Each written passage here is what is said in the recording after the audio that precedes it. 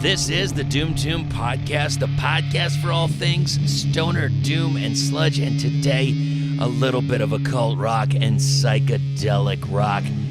This band says that you should play the music loud. Hail analog and long live tube amplification. I can't disagree.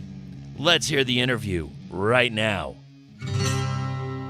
I got turned on to this band really recently, and the bio is quick, it's succinct, and it's to the point.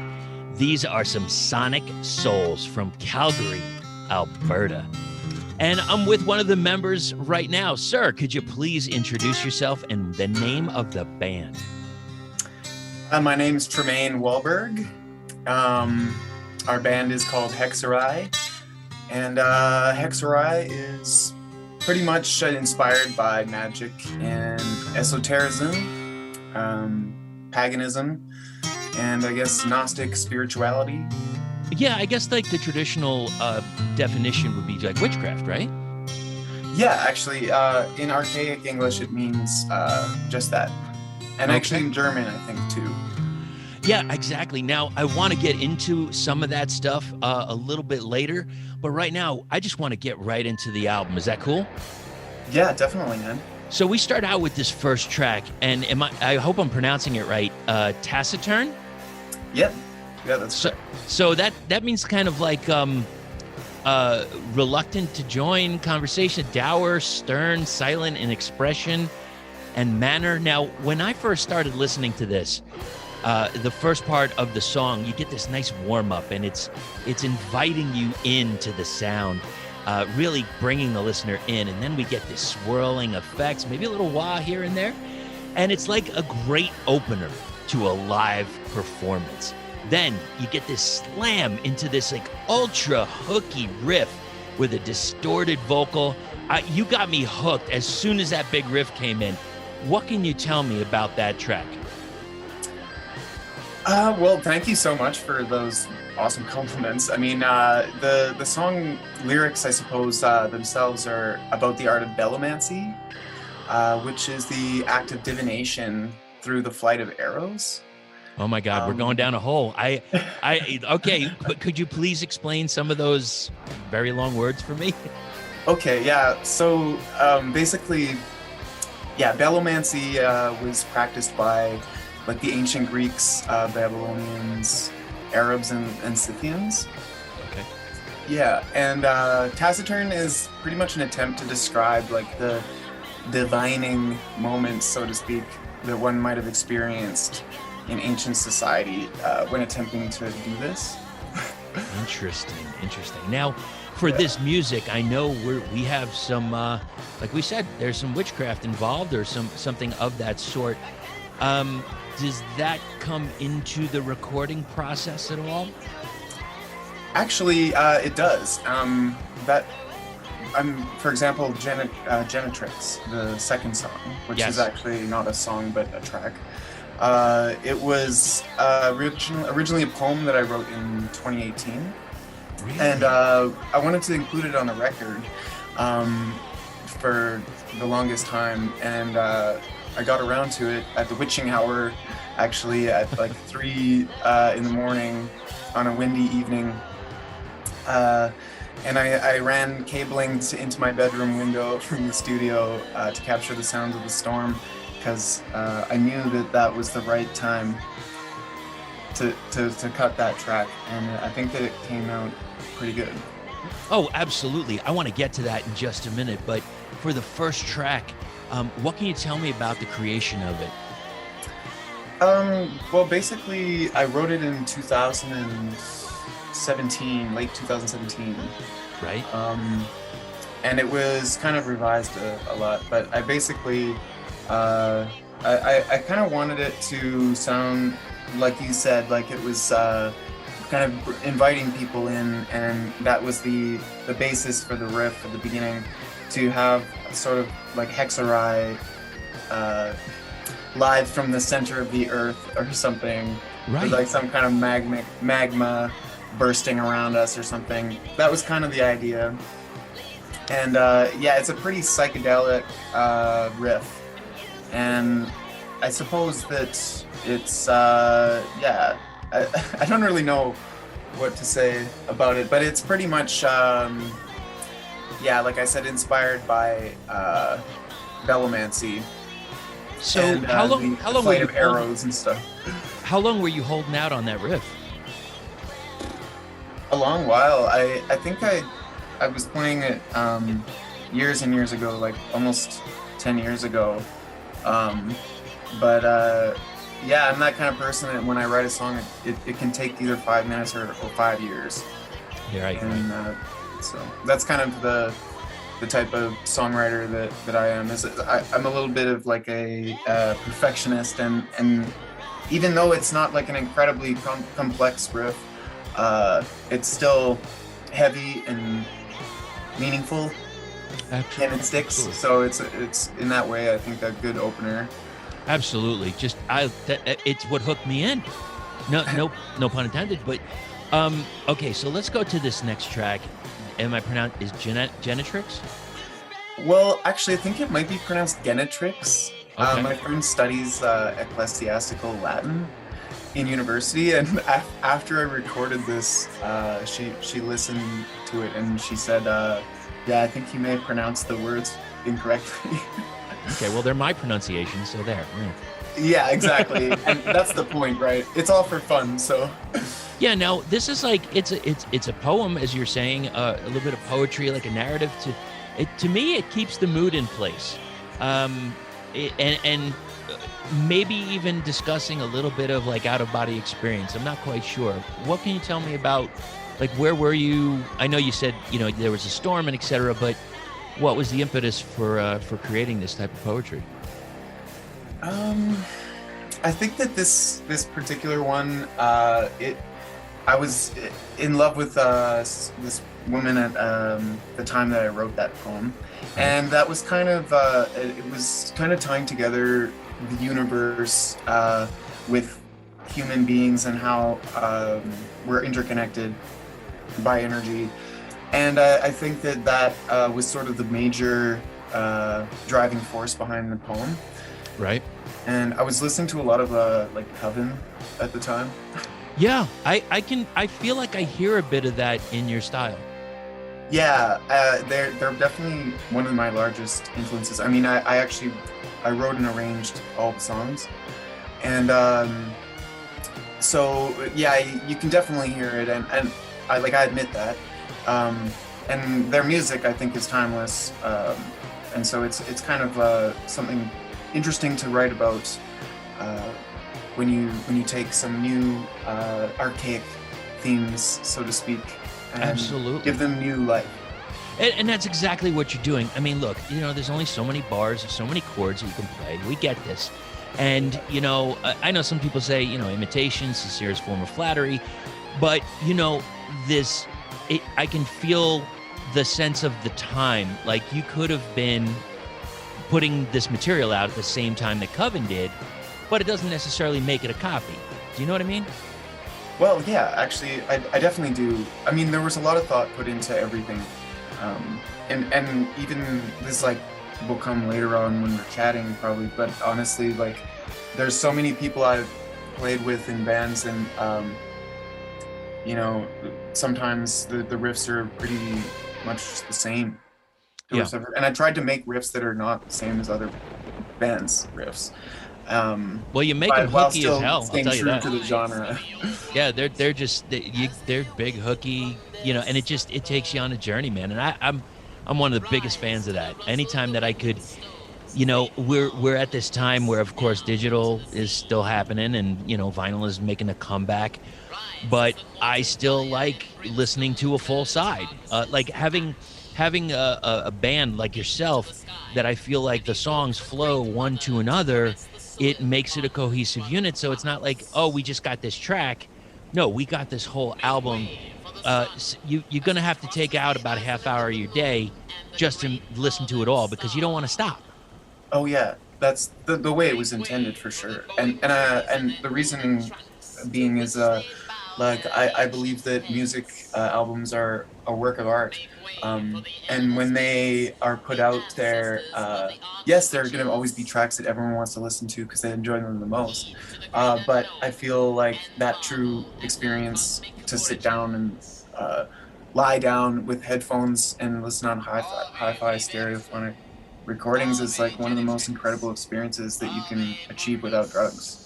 Oh yeah, yeah. Because you get inside yourself, and you could lose yourself for a little bit. And we all know we got stuff going on. I'm sure you guys got stuff going on up there. We got our drama down here in Arizona. For sure. So, yeah. Oh yeah, absolutely. There's no shortage of it. So you get a little something to take your mind off. Now we go into this next track, Astral Eyes. Now here we are. I feel like you're hitting the stride.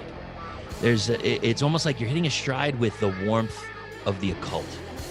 The vocal is outstanding as well as the directions that the guitar goes. It really takes the listener with them. It's like almost you're holding their hand, like say, here, come along. Now, there was this point at the 525 or right around there, 525 mark. It feels as though you slowed everything down just a bit to prepare everyone for the guitar work that was about to happen. What can you tell me about Astral Eyes? Oh, okay. Well, Astral Eyes is like a song about the omnipotence of magic. Okay. I think, like the balance of power bestowed upon those who wield it for divine purposes, or whatever. And it's inspired pretty much by fantasy as well. Again, the lyrics are a description of sort of magical happenings unfolding before the listener, so to speak. Very nice. Very nice. So yeah. Okay, now we're gonna come up to this cover song here, "The Dead Eyes of London." Now, I think what was it? Maybe about 4 or 5 years ago, Uncle Acid put this out. So it's an Uncle Acid and the Deadbeats cover. When I hear it, personally, I think the keyboards are a little more prominent with your cover of it, and that's awesome. It's got this, the way you did it and the way the band did it. It's like there's this portion where it's almost like dark wave emo occult doom. Is that? I don't even know. Is that a genre? I have no idea. But you're in great company. I mean, it's off of Volume 1. So like the band I recently interviewed, a few months ago, Crystal Spiders. They got their name from the Uncle Acid track, and now you're covering, from the track, and now you're covering Dead Eyes of London. What can you tell me about that, and why did you choose it? Well, basically, my friend and I, she's like a Russian Canadian. Back in the day, we had this fan forum for Uncle Acid that was made by Uncle Acid. Right. And it was managed by the merch guy at the time known as Igor Lugosi. And there was this really fun member there from Russia named Pauly Shankwank. Okay. AKA Nakateam.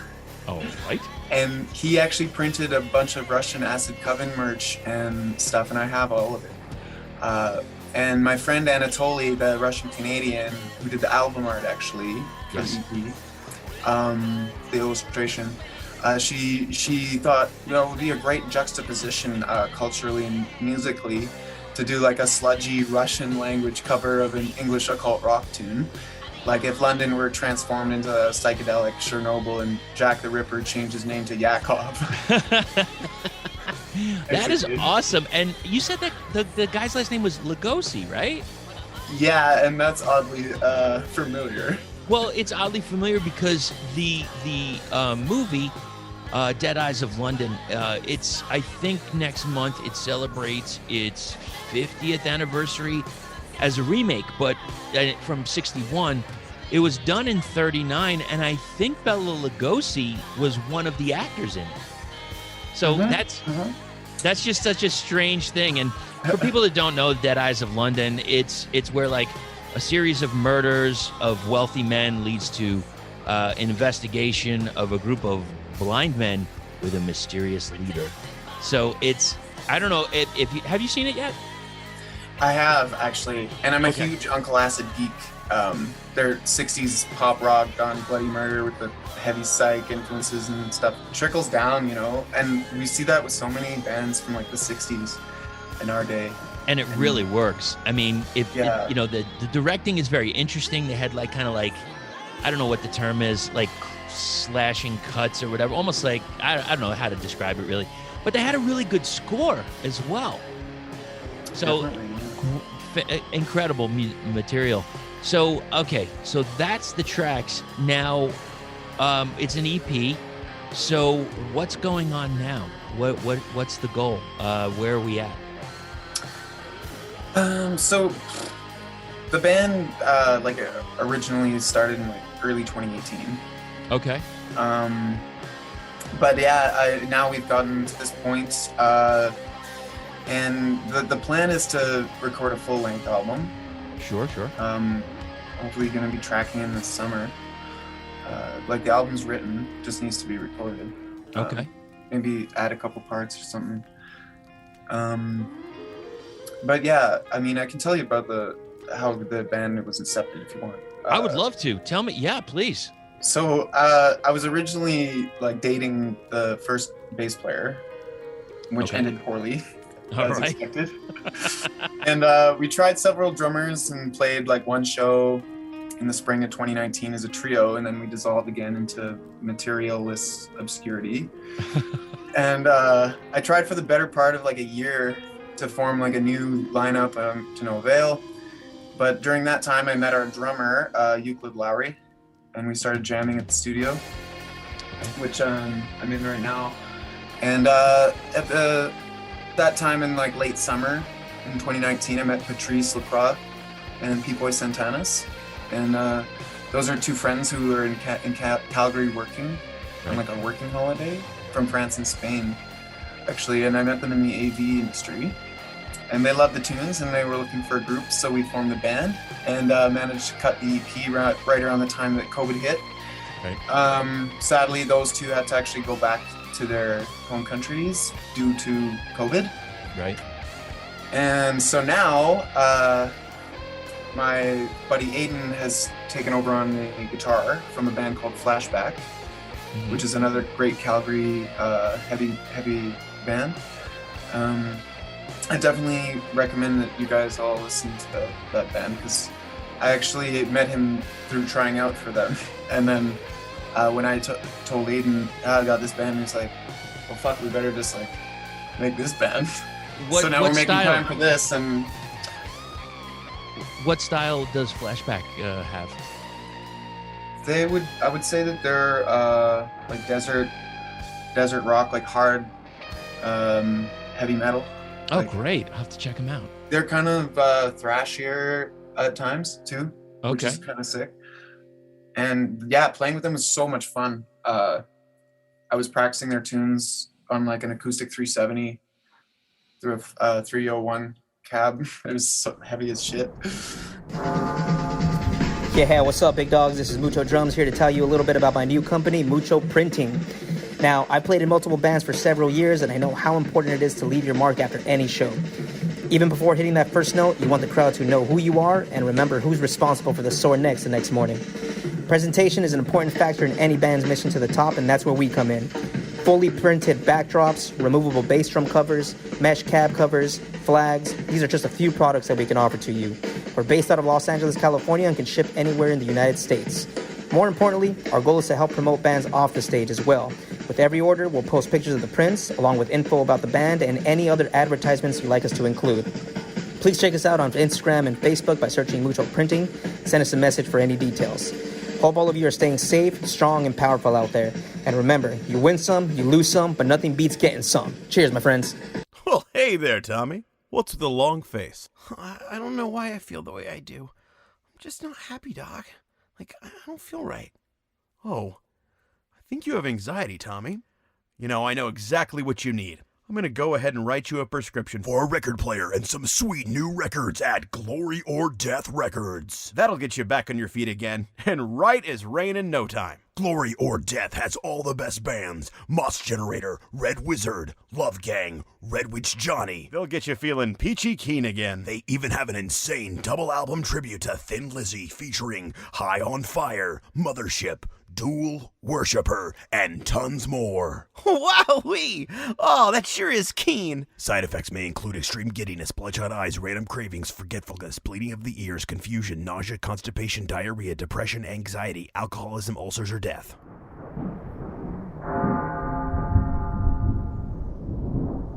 You know what? While we're here, I'd like to hear a little bit about your gear.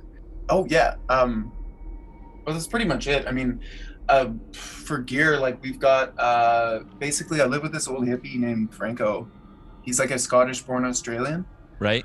and he lets me live in his basement for dirt cheap. And he lives with his girlfriend, who's an oil painter, and they have like 2 separate units, and I'm in the basement. And if he hears drumming, he will come to the door and he'll knock and he's like, "Hey, what's going on?" And we're all like, "Oh shit!" But then he's like, "Yeah, I haven't heard you guys drumming in a while. I just wanted to make sure everything's okay, you know." Oh, he's a nice guy. So he's really cool. And so we've been also lucky enough to work with all vintage orange amplifiers. Nice. And we also have a couple of old Tremayne units. We recorded the vocals through a Tremayne reverb going into an orange 6-channel solid state mixer from the early 70s, being powered by a orange slave unit from that era, and coming through an orange bouncer bass cab, like an Electro Voice branded orange bouncer bass. And we have 2 Sun 4x12 columns with horns. You're going for some power, brother. We've got a lot of crazy vintage equipment. We used it all of it on the record, and a couple of modern orange amps too. We used an OR15 and a Tiny Terror. Yeah, so it was a lot of orange. Yeah. Oh, yeah. So, with all that's been going on, have you been able to play in this iteration with Hexerei? Have you been able to play live yet, or no? No, unfortunately, because we cut the album right when COVID started, so we were tracking for like 4 months. Right. Or like not tracking 4 months, but tracking and producing the EP. So we didn't really get a chance because there's all these restrictions and stuff. Sure. 2 of the members went back to their homelands, but yeah, we're just sort of sitting on like the new record, and we're gonna go in the studio with that. And actually, I wanted to mention that Vicente Zamorano from Golden Dawn Recordings actually mixed and mastered our album. Very nice. So yeah, he's who brought us titles like Mephistopheles and Black Furs and Heraldica de Mandrake. So it's killer sound, man. Yeah, and he's a really great guy. Hola y saludos, Vicente, if you're listening. Muchas gracias, amigo. We love him very much. We held his hand and he held our hand all the way. And so back and forth, with Instagram, actually. Yeah, that's what people are doing. I mean, some people are just shipping tracks back and forth. We're doing what we can right now, I've talked about it so many times where it's like I used to go to the events and the live shows at bars and clubs and etc. And I would do the interviews there, and I just haven't done it because I'm almost coming up on a year. March 15th will be a year that I haven't been to a show. So it feels really foreign to just, go to work, do your business, or come home. That's it. That's all you got. Yeah. But on the other side, you put out this EP, so, you're being mad productive. You have the other material ready. Now, I do have a question because, well, first off, in regard to the artwork, we touched on it briefly, but what does the artwork on the release mean to you?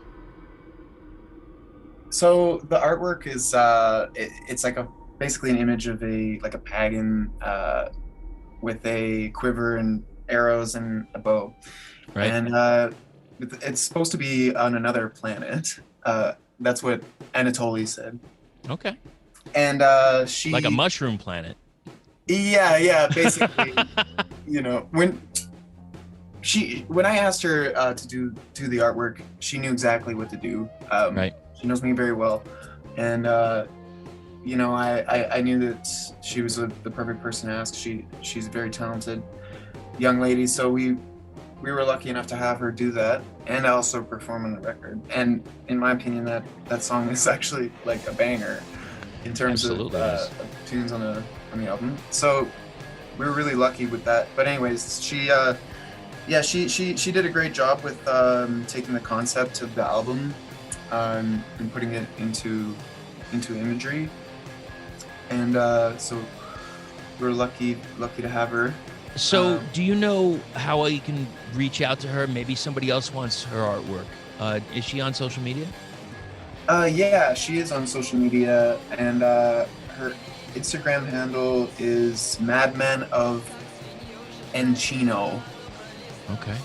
Yeah, and that's spelled like Madman of, and then ENCINO. So, okay. Yeah, I think hopefully I could, if I remember, as long as my mind is going. Maybe I could put it in the show notes, and maybe cool. Who knows? Maybe she can get some work out of it. Who knows? And speaking of that, with the artwork, I want to talk about merchandise for a second, because I don't know, are you guys working on something? That would make a kick-ass looking patch right now. Yeah, actually, we were thinking about doing some patches of the Hexerei logo. Right. I designed that myself, actually, and then we were also gonna do a run of tapes here. We're just gonna get that happening, and when it does, I'll send out like a message to all our Bandcamp followers, and put it out there on the social medias. But yeah, other than that, we're kind of just like focusing on getting the full length out there, because we really are excited about it. I mean, we had an overwhelmingly positive response to this first EP, which I was kind of surprised by, actually, because I didn't put a ton of like advertising out there. Right. I just sort of released it, and then we had a couple other interviews and people playing us on their shows and stuff. So we were like, holy shit. Well, people in the scene will find quality when it's there, and we'll talk about it. I mean, I loved it. Like I said, I'm not joking, man. The second I heard that fucking riff, I was like, I am so in. I don't know what else is coming next, but I'm in. I'm 100%. Thank you. And that's why I wanted to have you on the podcast, man, because I like to see what's going on, how people tick. Now, okay, so here we are. We're in 2021. 2020, ate a dick, basically. Yeah. So, right? So, okay, so let's go back a little bit. So we'll go to the beginning of 2020 and then 2019. So what do? You're going out, you're seeing shows. Where do you want to go to see a great show in your area? We have two of my go-to like venues. Palomino Smokehouse. Right. You may have heard of it. It's a lot of fun times there. Great smoked meats and beers when it's not pandemic times. They've had tons of amazing shows, and they're right on like the C-Train line. So it's kind of like a funky area. So it's like you'll have like sketchy people hanging around, and at the same time it's just like everyone's congregating and just like getting fucked up together, and so it's been fun. But isn't that part of the magic? It's like I've talked to people about this. The dirt. You gotta have a little dirt every once in a while, and that's like I'm face to face with you right now. Obviously through Zoom, but I see you got the Mephistopheles shirt on, the Uncle Acid poster, and I'm thinking to myself, like, it's dirt. It's like there's something. It's produced as it is, whatever, but it's got this grime, this like. I need that. And there was, I'm gonna really date myself here, and I'm gonna go with a quote that was, oh, look at that, man, you got some. All right, there's everything. Oh, there it is. Oh my God, that's I might have to put this video somewhere. Someone's gonna get wet over that. I swear to God. that's some shit right there, son. Yeah, that's like years and years of like hard work and dedication. Well, it's paying off. It really is paying off. But that It's just so old, all the gear, that like the time and effort and like money it takes to keep it all working, and like caring for it is astronomical. absolutely, but you know, it's your passion, and Yeah. why not follow it? You know what? I don't see the problem in that. I mean, is that stack there hurting anyone? I don't think so. If it falls on you, maybe. It fell on me Yeah. once, actually, the slave amp. Or maybe if you Um, turn it past 2 or 3, I don't know. Oh, yeah. Hell yeah. So okay, so with talking about venues, so when everything clears up, and I'm still very hopeful. I mean, we do a thing in Arizona called Planet Mammoth, and we have dates ready for 2022. However, it's in the air. We don't know. Now, let's say everything's cleared. You know, we're able to go back and do shows. Where do you want to do a show? Probably at Dickens or Palomino for Calgary. Right. It would be fun to play like if I were to get to Montana at some point, it would be fun to play like the Top Hat Lounge. I saw Uncle Acid there with the Shrine in Denava. Right. I think it was 2016. And that was a fun venue. A fun town also to party in. Well, how far are you from Montana? Not too far, actually. That's why I mentioned it, because we're like just a little bit north of there. Okay. Like, So not there's even like 250 kilometers probably. there's quite a scene in Montana, and you know, you hear the name and you're like, I don't know, is there anything going on? But you know, Loinhammer's over there, and they play more of like almost like a power metal kind of thing. But you've got the guys in Wizard in Kalispell. I would say jump on a bill with them if you're going to be in Montana. And there's I think there's some record store there that they play live music at, but there's other places in Montana that really cater to the scene. Oh, hell yeah. Yeah, I noticed that there was a really vibrant scene there when I was also so drunk. But I almost got arrested, actually, because I pissed on like a bank by accident. In like on Main Street, Montana. Like, I just pulled my Canadian card, like, I'm just Canadian, please help me. I don't know better. I'm sorry. Yeah, I know. Well, maybe only so many times you can get away with that. Could you possibly have been pissed off because they didn't have any poutine? Yeah, that was the thing. I was looking all over the place. All I could find was beer and pizza, and people with CBD oil. There you go. So you know, I see, like I said, Mephistopheles and Uncle Acid. So, what is blowing your skirt up right now? Like, what are you listening to now that maybe either is giving you inspiration or something new that you really enjoy listening to? Lately I've been like revisiting Electric Citizen, especially that first album, the Satine one. Right. I think their singer's like so fucking hot and like really amazing delivery of vocals. That's old news though. I mean, in terms of like newer bands, there's this band called Smoky Mirror from Austin, Texas. Hell yeah, I saw them come through Phoenix. Now, have you ever heard their other project called Summit? I don't think I have. If you get a chance, they're on Bandcamp right now, and a couple of the band, I don't know if it's all the band members, but I know some of them had created another band called Summit. I think it's like a couple tracks, maybe 3-4 tracks and like an EP. I would highly suggest it. It's of the same style, kind of. Oh, So yeah, and Smoky Mirror fucking crushes, man. Yeah, man, their cover of Killing Floor is fucking so good. Absolutely. Yeah, I couldn't actually tell if it was them or Jimmy when I heard it. I guess I was also like listening to the whole album, so I must have been like out of it or something, as usual. So I was listening, like, holy shit. Well, yeah, really good. It's another band where it's like I could listen to them now and be just as current as anything, but at the same time I'm like, well, this could have been at the same time, you know, when Hendrix was around or whatever. Oh yeah, definitely. And I love that, you know, because that's the spirit of rock and roll, just living on, you know. It just shows that this music is so much alive and well, you know. Absolutely.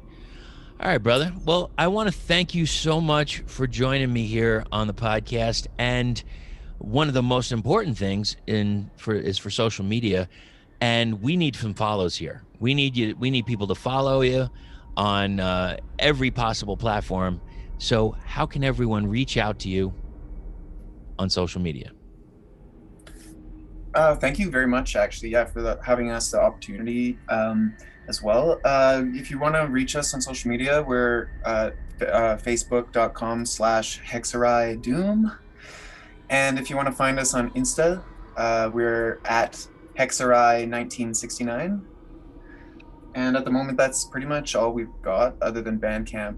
We've got Bandcamp as well.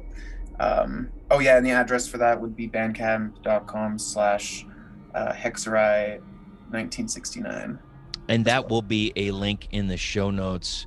Now, and just as somebody, if somebody didn't know, this is not the black metal band from Finland. No matter what anybody says, there is a band that has a similar name. They're from Chile, I think. Oh, really? Yeah, and they're fucking good. They're so good. I listened to their music. I was like, damn, these guys really hold a torch to the name. Yeah, exactly. So I'm happy that they're out there too. Well, thank you so much. And, anytime you want to come back on, you're more than welcome to. Awesome, Chris. Thank you so much. Really appreciate it. And we're really stoked to have discovered your show. All right. Thank you, man. All right. We'll talk. We're going to be tuning in. Last time was amazing. Oh, you mean on the radio? The band off.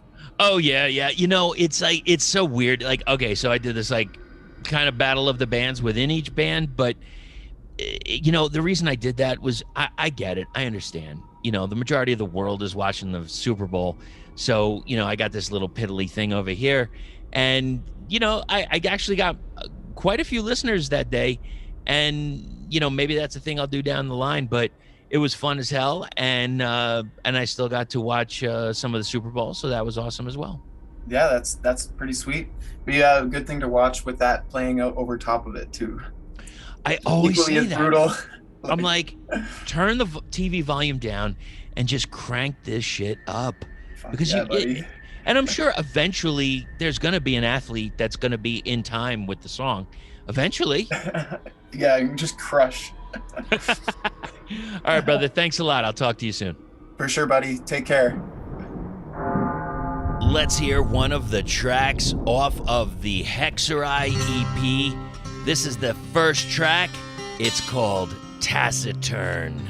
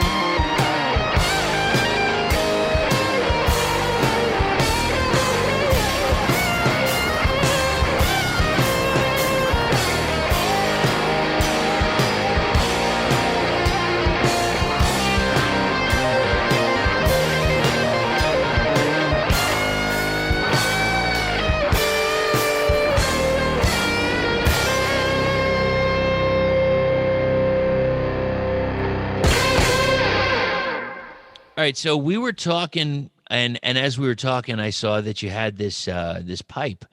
What of this pipe? Is this a pipe of like? I saw something similar to that in like Lord of the Rings. Like, what do we got there? Yes, this is my Shire pipe that I bought. Holy smokes! The head shop, which is a thing now because we actually have legal weed now. Right, we do too. Yeah, and we're now two of the most civilized countries on Earth. So now I guess Hexerei has to get their asses on down to Arizona and play a show. Indeed, that would be quite the thing. Indica or sativa? I have to say indica or hash if I have it. Okay. I will smoke hash for sure. And my guitar player got me some recently, and that was nice after several years of not being able to find any, which was absolutely. Yeah. Thank you so much, Tremayne. I can't wait to get some of the other band members on the podcast and really looking forward to that full-length release. Thank you also to Ian for all things sound, the executive producer for this show. You can find him at No Masters Audio. The link is in the show notes, as well as all links for the Doom Tomb podcast, Cranium Radio, and a few other podcasts. Blynd Submyshynnz, the Stoner Witch Sessions, the Fuzzy Underground, and the Jamspace podcast. All the links are there. They connect to Spotify. Check them out. Follow them on social media and tell them what you think. All right, everybody, that's about it. That's my time. So until the next time, meantime, and in between time, enjoy yourselves, support your bands, reach out to your friends, and don't forget to stay heavy.